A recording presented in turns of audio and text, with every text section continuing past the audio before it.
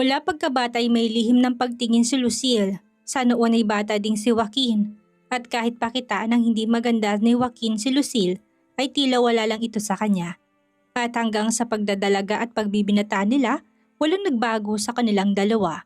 Gayunpaman dumating ang isang pagkakataon nang umiiyak si Lucille sa binata. Ito ang unang beses na nakita niyang umiyak ang dalaga. Inaamin niyang nasasaktan siya nang makitang nasasaktan si Lucille. Joaquin, pakiusap, ilayo mo ko, itanan mo ko. Gusto akong ipadala ng parents ko sa ibang bansa para hawakan ang aming negosyo. Alam mong hindi ko hilig ang negosyo namin. Designer yun ang pangarap ko. Pakiusap, ilayo mo ko. At sa hindi malamang dahilan, pumayag si Joaquin. Inilayo niya ang dalaga at nagsama sila sa iisang bubong hanggang sa dumating ang hindi inaasahang pagkakataon na nagbigay ng gulat sa binata. Nalaman niyang planado ang lahat. Ang pagpapadala kay Lucille sa ibang bansa ay isang plano para itanan niya ang dalaga. At kasabwat doon ang kanilang mga magulang. Dahan-dahan kong binuksan ang aking mga mata at nakita ang kalangitan. Ang mga ulap ay kulay abo at ang kalangitan ay tila madilim. Parang paparating na ang ulan. Tumingin ako sa paligid at napansin kong nasa sementeryo ako. Nakahandusay sa damuhan. Doon ko napagtanto na natutulog ulit ako dito. Buong araw kong routine, nanatili akong tahimik dito ng ilang oras. Nagpapahinga, umiiyak, lumuluhod, nagmamakaawa, nagdarasal. Sa loob ng nakalipas ni isang taon ay palagi akong pumupunta dito. Ito na sigurong tahanan ko dahil nawala ang lahat.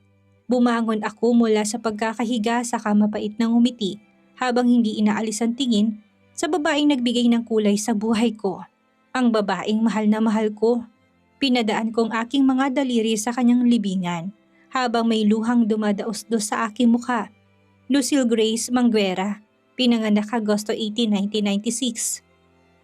Kamatayan, Enero 16, 2019. Bumigat ang puso ko nang masulyapan ko ang isa pang puntod na katabilang niya. Naikuyom kong kamao ko habang kumirot na naman ang puso ko. Santina Gel Manguera, pinanganak Enero 16, 2019. Kamatayan, Enero 16, 2019. Ang aking sanggol, nakayuko ako habang nakayakap sa mga tuhod ko. Umiiyak na walang pag-asa. Masakit makita araw-araw ang libingan nila na mas nagpapaalala sa akin na wala na talaga sila sa mundong ito. Gayunpaman, palagi kong nakikita ang aking sarili dito. Marahil kahit na alam ko kung gaano kasakit iyon. Kahit papaano ay nararamdaman kong hindi ako nag-iisa na nandito sila. Mortal enemies na kami ni Lucille simula noon. Magkaibigan ang mga nanay naming dalawa, ngunit hindi kami magkasundo. I don't know but seeing her face everyday, kumukulong dugo ko sa galit. Hindi ako makatabi sa kanya dahil naiirita siya sa akin. She was annoying. Sobrang kulit at lahat ng gusto niya ang nasusunod. Clumsy din siya na sa tuwing susubukan niya akong tulungan ay lagi siyang napapahamak.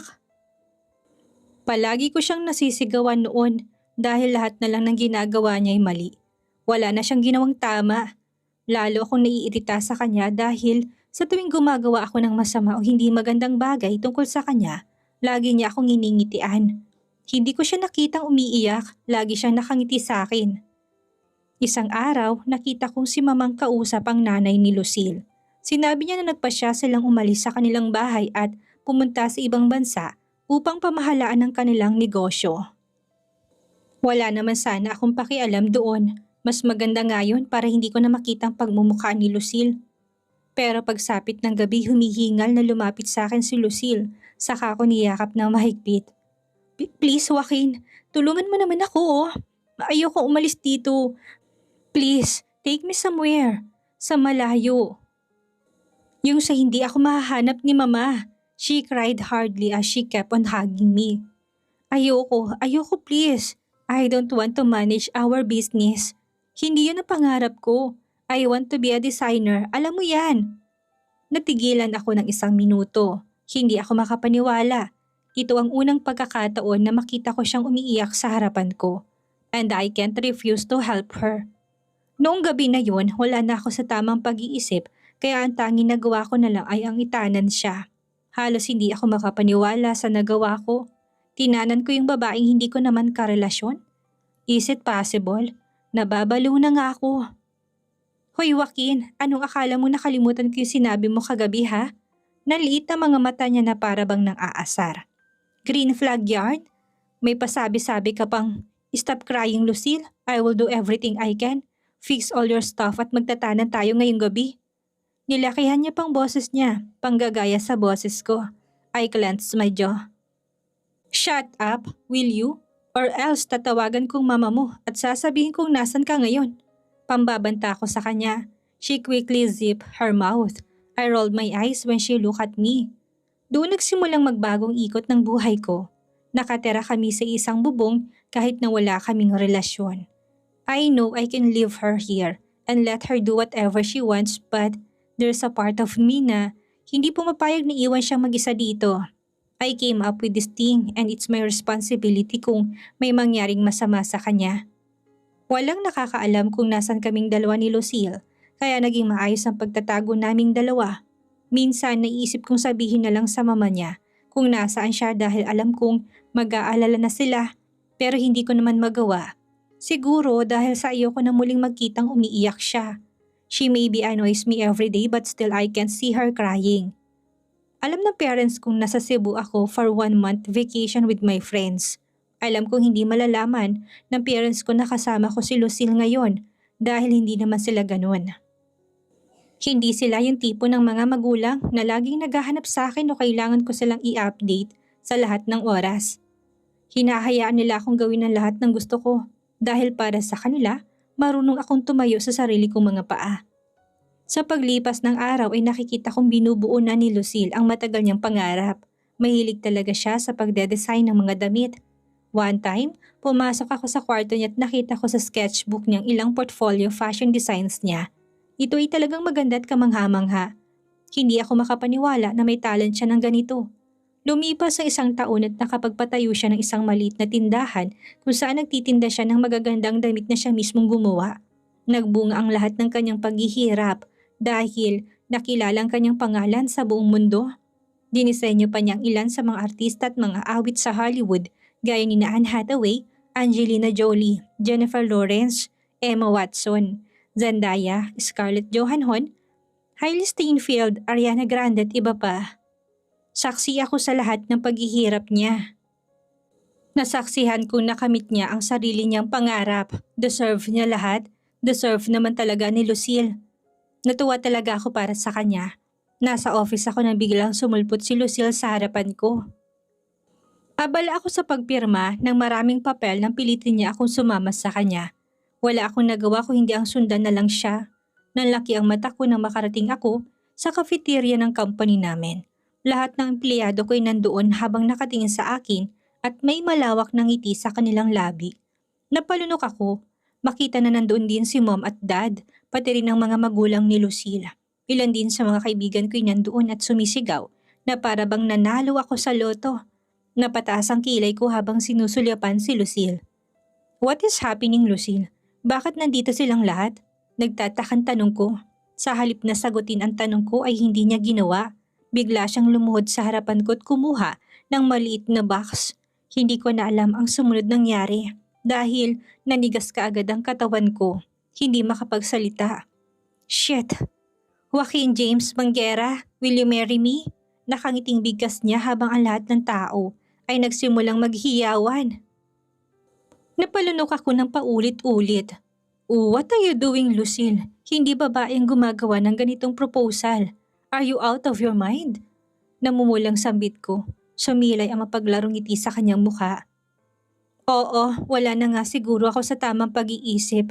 Lalaki dapat ang gumagawa ng ganitong proposal. Alam ko yun, Joaquin. But can we change that tradition? Wala namang masama kung babae ang magpropose sa lalaki. Ganun pa rin yun. Napatigil siya. Ngayon, kung wala kang nararamdaman para sa akin, I'm sorry to say but I love you for a long time, Joaquin. And no one can stop me from doing this.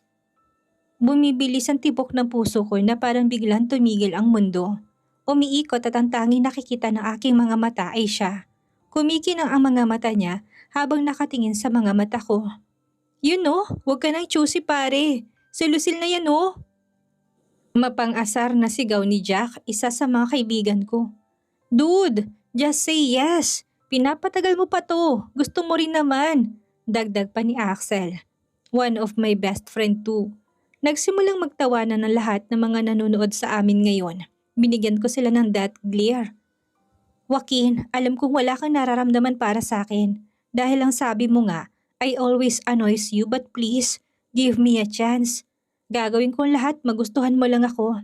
And this is my first step. So, will you marry me? Napabuga ako ng isang malalim na buntong hininga sa kamariin na napahilot sa aking sentido. I can't assure you na kaya kong suklian ang nararamdaman mo. Napakamot ako sa batok ko habang nakatingin sa malayo. Yes, I'll marry you. I mumbled. Hindi ka namin marinig. Sabay-sabay nilang sigaw, animoy ng aasar. Namula yung mukha ko. What? Kailangan ko bang ulitin yung sinabi ko? Oo. Kinagat kong labi ko dahil sa kahihiyan na nararamdaman ko. I said yes. I will marry you, Lucille. Don't expect a lot of things about me dahil baka mabigo ako. I didn't know how to love someone. All I can do is to assure you na ikaw lang ang babae for. Hindi ko na natapos ang sasabihin ko dahil bigla na lang siyang tumayot hinablot ang aking necktie para mahalikan ako. Dumampi ang labi niya sa labi ko. Hinalikan niyang labi ko na mapusok at marahan. Lahat ng mga tao ay nagsimulang magsaya para sa amin. Masaya silang nasaksihan ng ganitong uri ng proposal na pinlano ni Lucille sa simula pa lang. Lumapit sa akin ang mga magulang ni Lucille na nakangiti. Ganon din naman ang mga magulang ko. Masaya sila para sa amin. Ingatan mong prinsesa ko, Joaquin. Huwag mo siyang subukang saktan. Pambabanta na saad ng tatay ni Lucille. Ngumisi ako. Never. Bigla namang tumawa ng malakas si Mom at ang nanay ni Lucille habang nagsasalitan sila na nakakalokong tingin. Tagumpay ang plano, Sisi. Natutuwang bigkas ni Mom. Natutuwang tumango ang nanay ni Lucille. Pagkatapos ay nagyakapan sila na para bang nanalo sila sa isang patimpalak. I told you, this is the only chance para magkatuluyan ang mga anak natin. I'm so happy for them. She dramatically wiped her eyes. Kahit wala namang luha sa mga mata niya. My eyes narrowed. What are you talking about, Mom? She looked at me and caressed my face. Kami ang nagplano nito, anak, dahil we really want na magkatuluyan kayong dalawa. She chuckled loudly. Pinalabas namin pupunta sila ng ibang bansa to manage their business. But it was never true. Lucille also know this at dahil sa gusto kanya simula pa noon, pumayag siya sa plano namin ng mama niya. That's right, Joaquin. Alam namin sa simula pa lang kung saan kayo nakatira. Ang anak ko nagsasabi sa akin if may progress na ba kayong dalawa. And I can't believe that you really thought na hindi namin alam. Hinampas niyang braso ko habang tumatawa. What?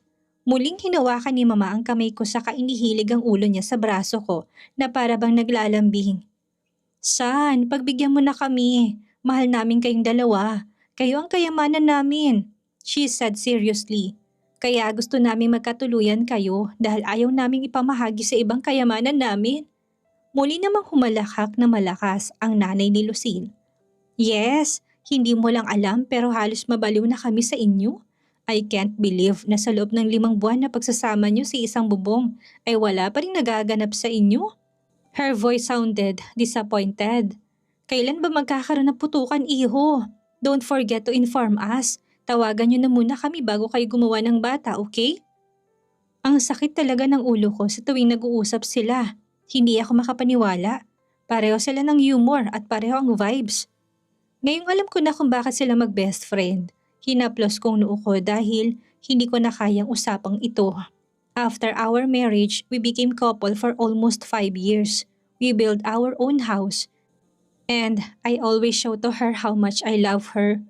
Palaging gusto ko siyang makita at sa tuwing may lalapit sa kanyang lalaki naiinis ako kaagad.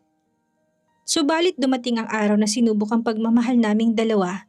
Sa loob ng 5 taong pagsasama namin ni Lucille ay 4 na beses siyang nagbuntis, ngunit palagi siyang nakukunan. There is a time I see her crying in the middle of the night. She couldn't accept it. It's also hard for me. But I can't blame her. Hindi niya kasalanang mahinang sinapupunan niya. Walang kasalanan ng mahal ko. I'm sorry, love. Dahil mahina ako. Palagi na lang akong nakukunan. Her lips quivered. It's hard for me to do this, but I should let you go. Maraming babae sa mundo na kaya kang bigyan ng anak. Okay lang sa akin, mahal ko. She caressed my face slowly while her tears slid down on her face. Hinawakan kong kami niyang nasa pisngi ko tumiling. No, ikaw ang babaeng mahal ko. At mamahalin ko pa sa susunod na araw, buwan, taon o habang buhay. Namuo ang luha sa aking mga mata. Ano naman kung hindi tayo magkaanak? Pwede tayong mag-ampon, mahal ko. Don't say that again, will you? Sa tingin mo ba makakahanap ako ng taong papalit sa'yo sa puso ko? Hindi ako magmamahal ng iba kung hindi ikaw lang. If it's not you, then I don't care. Napaluha siya habang yakap niya ako. I planted the soft kisses in her forehead. Hindi ko siya iiwan. Si Lucille lang ang kailangan ko. Until one day, we were all surprised to know that Lucille is pregnant again and we were going to have a baby. This time, it's a baby girl and she's healthy. Sobrang saya ko nang malaman ko na magkakaroon na kami ng anak. Halos magpasalamat ako sa lahat ng santo ng araw na yon. Lucille was really excited and happy to see our child.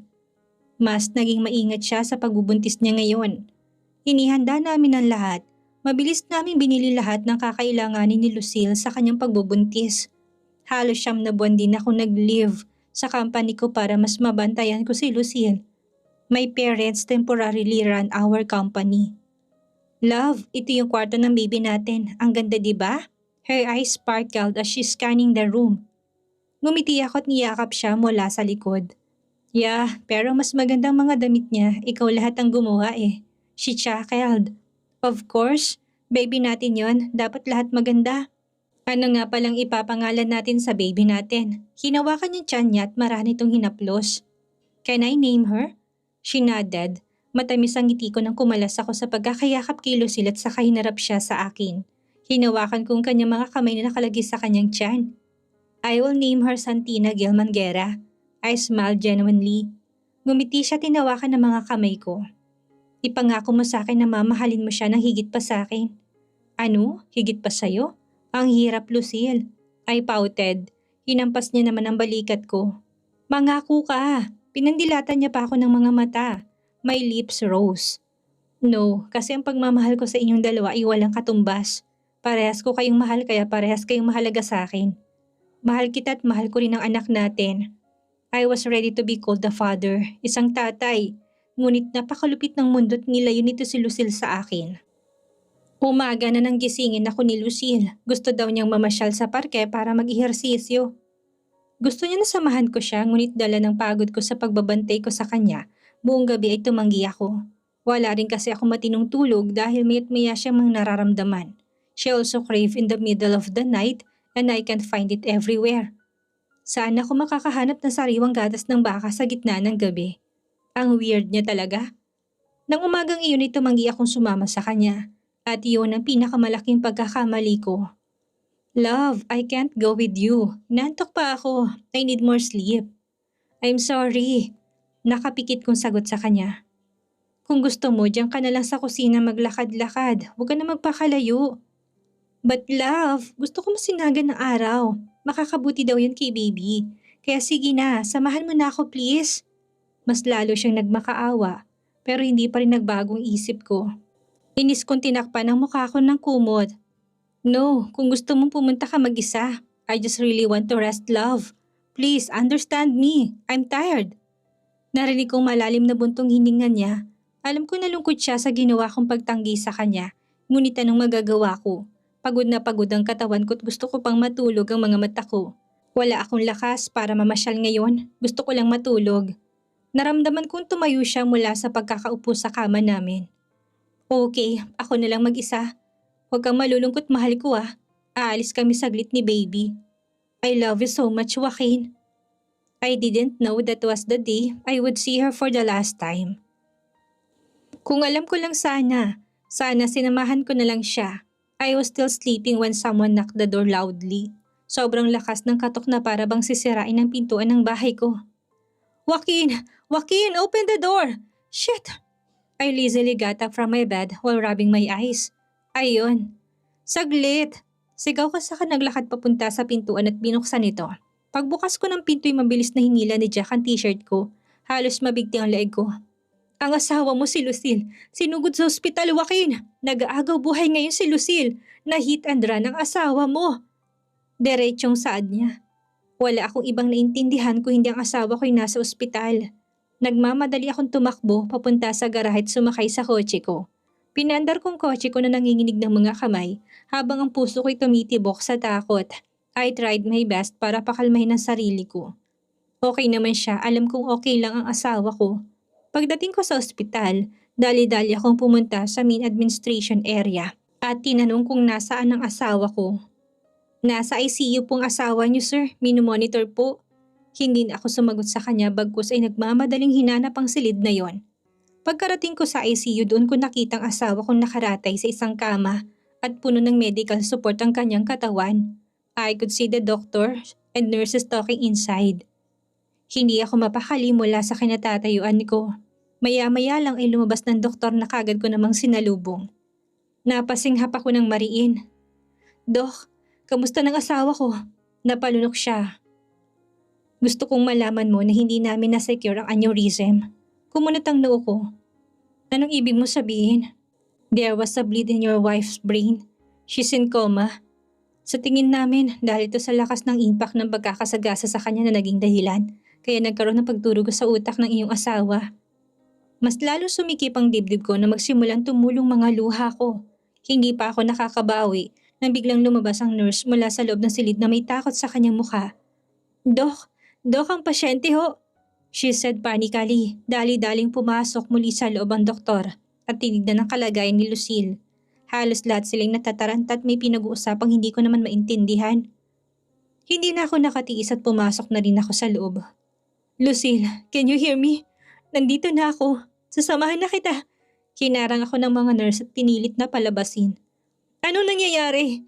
Please tell me. Anong nangyayari? Tanong ko na tumutulong frustration sa boses ko. Patuloy pa rin ang doktor sa pagtingin ng kalagayan ng asawa ko. He then faced me as he swallowed hard. He breathed. Your wife's EEG shows no activity. Kumunot ang noo ko habang marahas kong inalis ang mga kamay ng nurse na pumipigil sa akin kanina. What? What does it mean? Napayuko siya. Your wife, she's... Marinyang kinagat ang labi niya. Brain dead siya. Pasensya ka na. Brain dead ang asawa mo. Pagkasabi niya ng mga katagang iyon, ay biglang gumuho ang mundo ko. Parang umalingaw-ngaw ang boses niya sa buong kwarto at yun lang ang naririnig ko. Nanghihina ko na pasalampak sa sahig. Hindi matanggap ang narinig. Hindi ko napigilan ang sakit sa puso at mahina akong bumagsak sa sahig habang ang dalamhati bumuhos sa baha na hindi mapigilang luha. Napahikbi ako ng malakas habang tinatakpan ng mukha ko. Maya-maya lang ibiglang dumating ang mga magulang ni Lucille, kasamang magulang ko. Where is my daughter? How is she, Doc? Nanginginig ang boses nito. Ano kalagayan na anak ko? Tanong ng nanay ni Lucille. Dinaluhan naman ako ni Mom at Dad. Pero wala na akong pakialam sa mga nangyayari. Walang buhay ako nakatulala sa kawalan.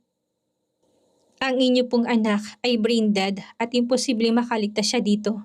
Muling saad ng doktor. Ang makina ay patuloy na humihinga para sa kanya at umaalalay sa kanya. Ganun pa man, sa technical na pagsasalita, ang inyong anak na babae ay legal nang dinideklarang patay. Tinakpan ng ina ni Lucille ang kanyang bibig at nagsimulang humikbi habang umiiling siya. Maging si Mama hindi napigilan ang sarili at nagsimulang umiiyak.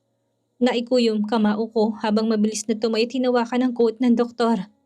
She's not dead. Lucille is not dead. Nagkakamali kayo. Hindi napigilan ang mga luha kong tumulo mula sa mga mata ko. Ulitin niyo. Ayusin niyo. Kung iniisip niyo na wala akong pambayad sa ospital na to, nagkakamali kayo. I have a lot of money. Kahit magkano pa yan, kaya ko yung bayaran. Napasigaw ako ng malakas. Please, iligtas mong asawa ko. Hindi ko kayang mabuhay nang wala siya. Gawin yung lahat na makakaya mo. Hindi ko kayang mawala siya. Hikbi ko. Ano kayang gagawin ni Joaquin ngayong tila hindi na niya makakasama ang mahal niyang asawa? Anong buhay ang naghihintay sa kanya pagkatapos ng madilim na pangyayari sa buhay niya? Yan ang ating aalamin sa susunod nating kabanata.